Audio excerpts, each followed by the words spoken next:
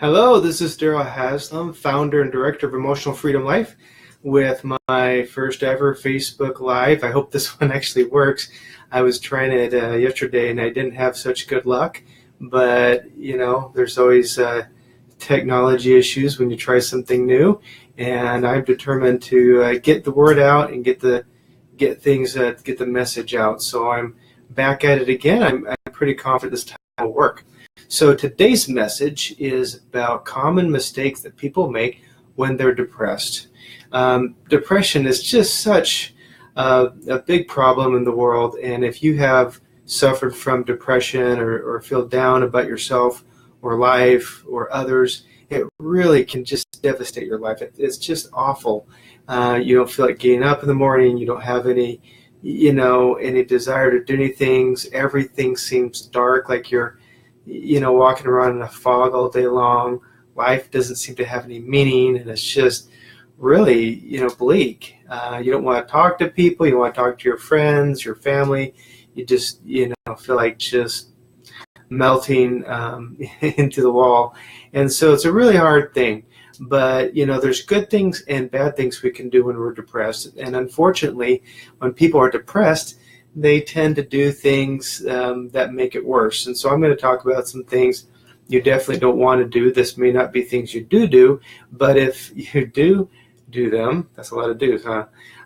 Then you definitely want to stop that. So first on the list, and it's a pretty obvious one, but people do it. And just as going to say, I've worked with people who are depressed for over 20 years. So, I've seen these patterns a lot, and I've seen people have trouble with them. So the first one is a pretty obvious one, but it's what I call just the silent brooder, where, someone is really depressed and down, and they just sit home in their bed or their living room and just stare at the TV or stare into the wall or whatever, and just feel depressed. And they just focus on how awful their life is and how sad they are and how lonely they are and how bad it feels, and just life's never going to be happy. And and that moment, that is what you feel like. I mean, it really does feel that way. But unfortunately, when we just sit there and we brood on it, it just brings us into a darker place. It causes us to feel worse. We see more darkness, and it just tends to make our depression deeper. So you definitely want to get out of that mode. If you're in that, you need to change it around and do at least one or two little things that are contrary to just sitting there and thinking about how awful life is. There's always something that you can do. There's always something positive you can focus on. You may not feel like it, but there is. And if you can do that, then you can do something different from that brooding kind of pattern. Okay. The second one is what I call the validation seeker. Okay, the validation seeker, it's interesting because in social media today, you can find anyone that shares any interest or hobby or characteristic as you.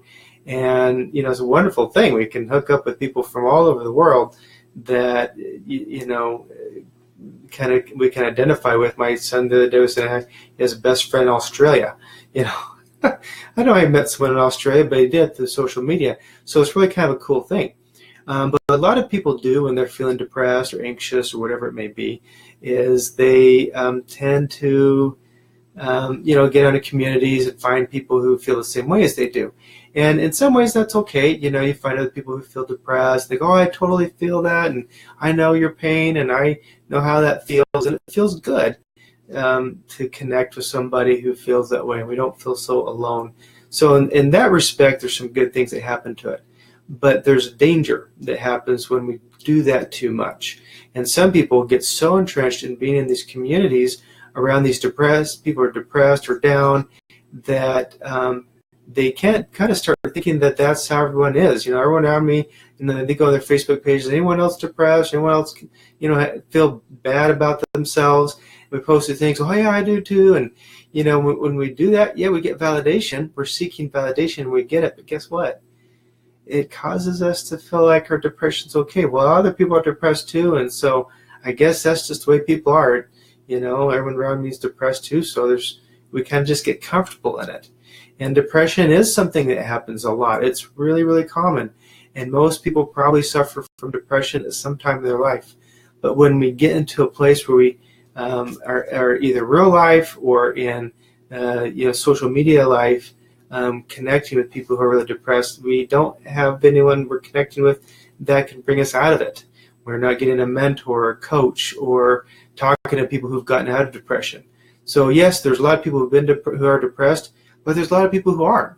And maybe being around people or get on sites where people are happy, where they're talking about how they're feeling good. And some people that are depressed, they're like, I don't want to be around somebody that's happy. It reminds me of what I'm not, and it makes me feel bad. Well, you need to get past that, because if you want to feel better, you need to, hang out with people who are feeling good. What do they do? Everyone has ups and downs. Everybody has things happen to them. So what are the people doing that aren't depressed, that they're able to get through that and get on a higher plane? And there's some people who are happy today who were very, very depressed in their life before. And so, if you can find those people, even better, because they understand the depression, but they've been able to find their way out. And I'm here to tell you, if you feel like that there's just no way out, there really is a way to get out. If you get the right formula and the right kind of help and the right kind of things, there really, really is a way to get out of depression. I've been working with people for over 20 years around these things, and I've seen some really powerful miracle stories about it. So just hang in there and know that, hang out with people that feel like the way you want to feel, in addition to the people who identify where you're at right now, and you'll feel better. Okay, third thing has 3 parts. The 3 thing is the disconnector or distractor. Okay, a lot of us, when we feel bad, we don't like to continue to feel bad. So we find ways to get rid of the bad feeling, okay? And so one way that people do that is they do distraction techniques. And I've had so many clients that do this. They go, well, if I just keep really busy and I just keep moving and I don't think about my pain, I don't think how awful my life is and how my wife or husband or boyfriend or girlfriend did this, or my son or daughter, then I'm okay. I just don't think about it. And they keep moving so they don't have to think about it. Well, that's a technique that can get you through the day, and it might get you through several days. But no one can stay busy enough to totally get rid of their pain and heartache. I'm reminded of Uncle Remus from the Brer Rabbit series. He says, you can't run away from your troubles. There ain't nowhere that far away.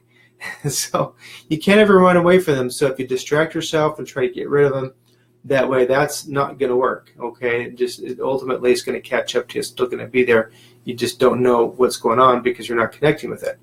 Another thing that people do is they use behavioral techniques, behavioral habits or substances or things, self-medication, to try to deal with the pain and try to numb it out. So sometimes people use alcohol, or they'll use, cigarettes or other sorts of things to try to get it out. I read one a post by a woman who's really depressed. She says, I just emptied out my local liquor store full of stuff because I was so depressed this weekend. So, that doesn't work. Some people use, other behavioral sort of things. It could be shopping, it could be gambling, it could be, whatever kind of things. I had a client said his wife or his girlfriend, whenever she got a paycheck, she would just go on a blitz and, shop that weekend, and she wouldn't have any money for the next week and a half. But I think she probably did that because she felt bad about herself. She felt down about life, and buying new clothes was how she was able to get happy. But those sort of things, again, don't connect us up to the real problem, and they might feel good for a time, but they ultimately don't solve the situation. And so you want to avoid that. You want to get out of that one. And the third one is the people who are the disconnectors. And there's some people who are just so good at disconnecting from their feelings, they don't do the other two. They just don't feel anything. And I've had people say, well, I just don't feel anything. I just, don't feel bad or sad. I move past it. I don't feel anything. And there's some red flags there. Some people who are able to resolve their feelings maybe can do that. But for most people who do that, guess what's happening? They're disconnecting from their negative feelings. But guess what they also do? They also disconnect from their good feelings. And so people who do that are walking around what I call kind of emotional zombies.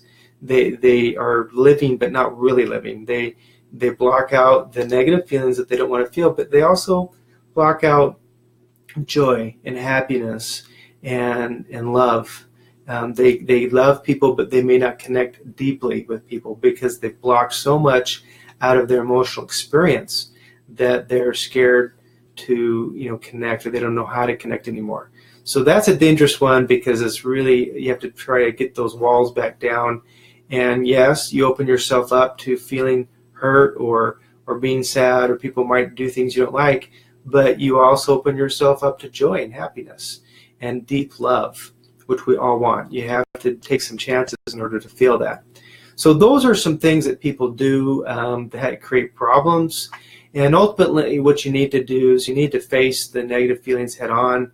You need to, you just need to find a way to, instead of get rid of them, to bring them in. Really, our hurt feelings aren't some, disease or virus that inflicts us that we need to get rid of.